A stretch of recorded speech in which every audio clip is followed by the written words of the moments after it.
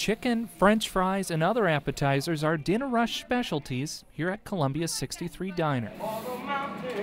And that sizzling oil heating up these fried favorites can later be part of a simple biodiesel recipe. You're putting a certain amount of material together with something else, which is the same thing I do if I was making a batch of cookies. After about 9 days, the diner no longer uses the grease, and biodiesel makers can pick it up, usually at no cost. KOMU tried talking with some home chemists in mid-Missouri, but no one returned our calls for an on-camera interview.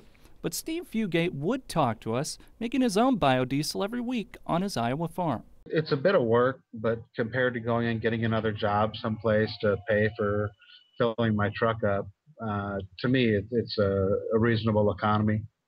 Fugate uses restaurant grease and 90-gallon water heaters to make between 200 and 500 gallons of biodiesel with each batch. The raw material is typically free, but that doesn't mean you'll drive around for nothing. But other ingredients like the hazardous chemicals won't come out of a restaurant's dumpster.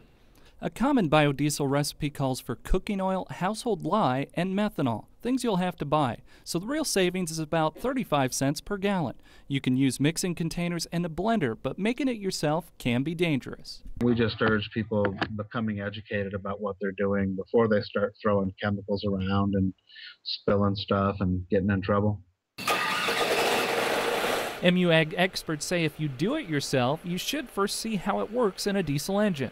Now, this mock engine here at the University of Missouri allows agricultural engineers to measure the biodiesel to see if it's working properly for the environment. It's very useful to have a diesel engine test stand to look at the exhaust emission and the engine performance.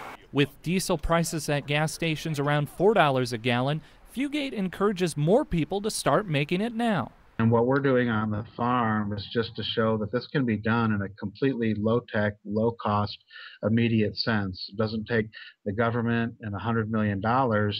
We'd better start thinking of things that we can do right now in our own communities to alter this equation.